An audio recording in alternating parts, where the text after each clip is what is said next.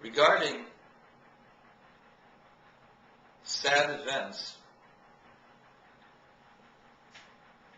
there was a conversation between my teacher, Rabbi Grubner, with the Lubavitcher Rebbe, Schusa Yogan Aleinu. The Rebbe had lost his wife, and Rabbi Grubner came to offer his condolences. And Rabbi Grubner said that he had just come from a gathering where they concluded the book of the Rambam, and they had questioned that perhaps they should not make a celebration at that time due to the fact that the Rebbe was in mourning. The Rebbe commented on the contrary, that since it's a time of a lack of joy, therefore you have to increase in joy. And the Rebbe quoted the Rambam, that the Rambam said that Moses established the laws of the 7 days of mourning as well as the 7 days of rejoicing for a wedding. So you see that they're connected. That when you experience mourning, you're supposed to try to see to it that somewhere else in the world there should be 7 days of rejoicing that compensates for the pain. Rabbi Grubner immediately indicated that this was a matter of Torah, for it says in the Talmud, in Kiddushin, in that tractate that talks about marriage, that the source of where you derive, where you see that you can marry a woman by giving her an object of value, which is called Kiddushin, you derive that from the purchase of a gravesite, because the Torah uses parallel languages for both purchases, for both acquisitions. Ki yikach yishisha, when a man will take a wife, and Abraham says to Ephraim, kach mimeni, kach, take, in the process of purchasing the gravesite. So since the two ideas use parallel language, you learn one from the other. You learn the acquisition of a wife can be done through money or through an object of value. And so there is a halachic relationship between marriage and grieving. And in fact, the greatness of a person, the rabbi said, is how you handle both. That at a time of mourning, you mourn, and at a time of rejoicing, you rejoice. And then the Rebbe said to him, actually, even though the acquisition of a woman is derived from the acquisition of a gravesite, which would indicate that marriage is secondary to a funeral, actually marriage supersedes mourning. As it says,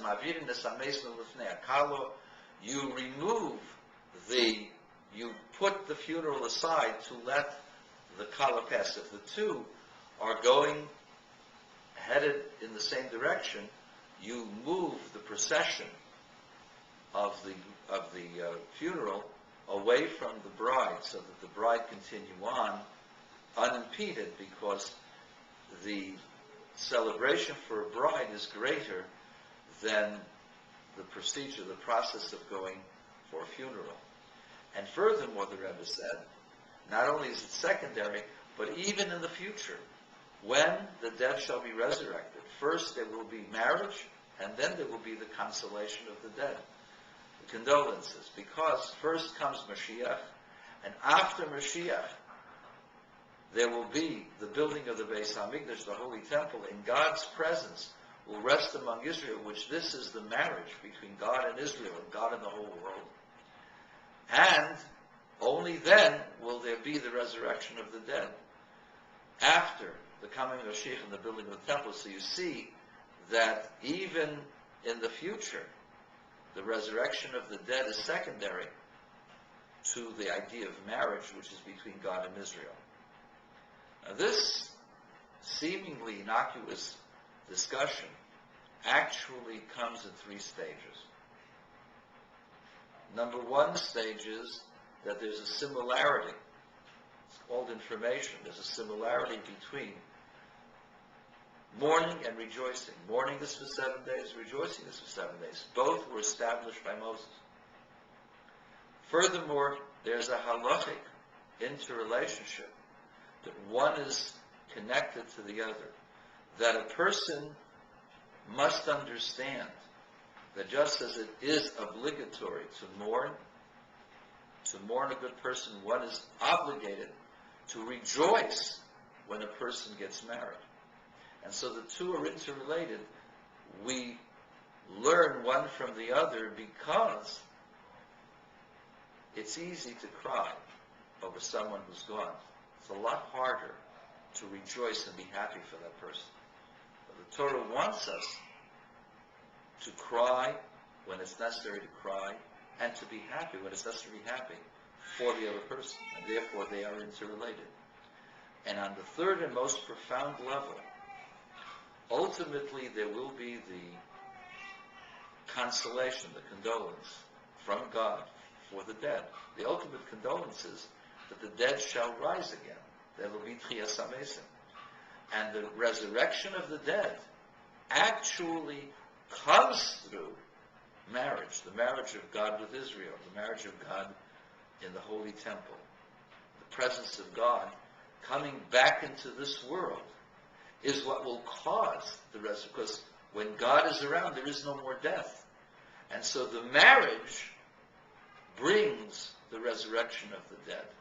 So at the core, the resurrection of the dead, which is the consolation of mourning and grievance, is one with, in content, with marriage.